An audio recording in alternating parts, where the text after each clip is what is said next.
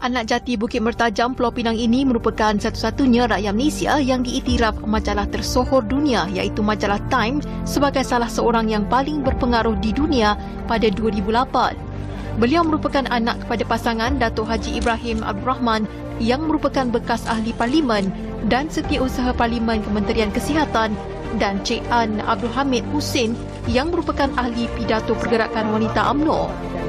26 Februari 1980, beliau berkahwin dengan Datin Seri Dr. Wan Azizah Datuk Ismail yang merupakan seorang penuntut Royal College of Surgeons Dublin, Ireland yang kemudiannya bertugas di klinik mata di Hospital Universiti Petaling Jaya.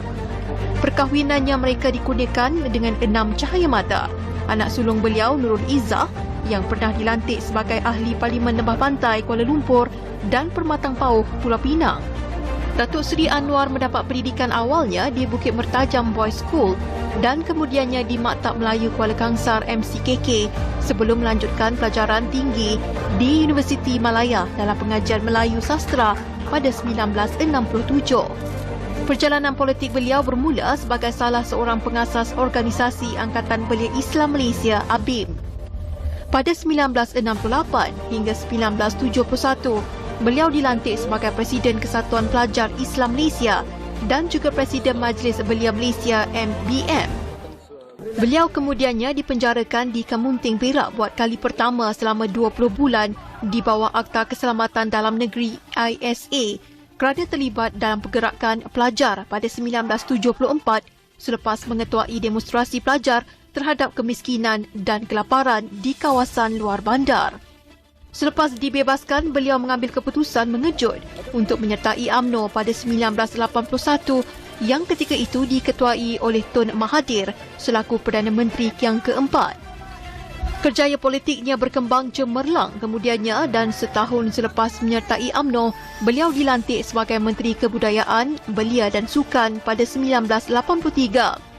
Pada 1984, beliau mengetuai Kementerian Pertanian Malaysia sebelum menjadi Menteri Pendidikan pada 1986. Ketika itu beliau berkemungkinan besar akan dilantik timbalan Perdana Menteri setelah memegang portfolio Menteri Pendidikan. Pada 1993, ramalan tersebut menjadi realiti apabila beliau menjadi timbalan Perdana Menteri selepas dipilih sebagai naib Presiden UMNO untuk menewaskan Tun Ghaffar Baba yang diramal sebagai pengganti Tun Dr. Mahathir.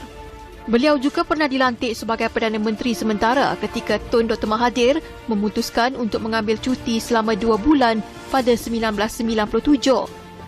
Namun setelah itu, hubungannya dengan Tun Dr. Mahathir merosot akibat perbezaan pandangan semasa mentadbir negara. Pada 1998, beliau dibuang dari semua jawatan oleh Tun Dr. Mahathir Mohamad dan Datuk Seri Anwar kemudiannya memimpin gerakan reformasi menentang kerajaan.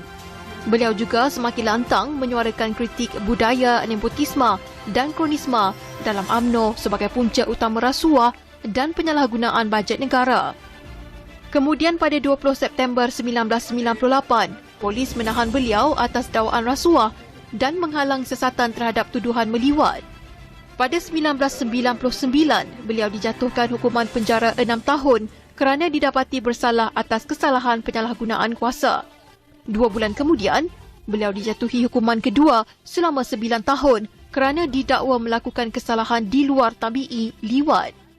Bagaimanapun pada 2004, Mahkamah Persekutuan Malaysia menggugurkan sabitan kesalahan liwat terhadapnya dan dikeluarkan pada 2 September kerana pihak pendakwa raya gagal mengemukakan bukti kukuh tanpa sebarang keraguan bahawa perbuatan meliwat tersebut telah berlaku. Pada November 2006, beliau mengumumkan untuk bertanding di Parlimen pada pilihan raya 2008. Selepas 10 tahun tidak menceburi bidang politik, 29 November 2009, beliau kembali ke Parlimen sebagai tetamu menemani isterinya, Datin Seri Dr. Wan Azizah Wan Ismail, wanita pertama mengetuai Parti Pembangkang. Datuk Seri Anwar menjadi anggota Parlimen selepas memenangi pilihan raya di Permatang Pauh pada Ogos 2008 selepas peletakan jawatan isterinya. Namun beliau didakwa meliwat pembantunya Muhammad Saiful Bukhari pada 2008 dan bagaimanapun tuduhan itu dibatalkan oleh Mahkamah Tinggi Kuala Lumpur pada 2012 kerana hakim memutuskan bukti DNA dan kes itu diragui kesahihannya. 7 Mac 2014, Mahkamah Rayuan membatalkan keputusan Mahkamah Tinggi dan sekali lagi beliau kembali didakwa kes liwat. Oleh itu, beliau dijatuhkan hukuman penjara 5 tahun pada 2015 di penjara Sungai Buloh.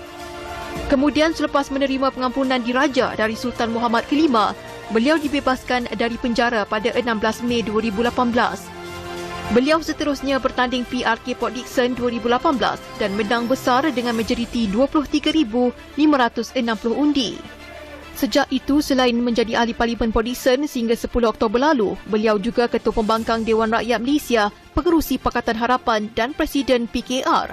Pada PRU 15, beliau yang bertanding untuk kerusi Parlimen P063, Tambun, berjaya memperolehi majoriti 3,736 undi.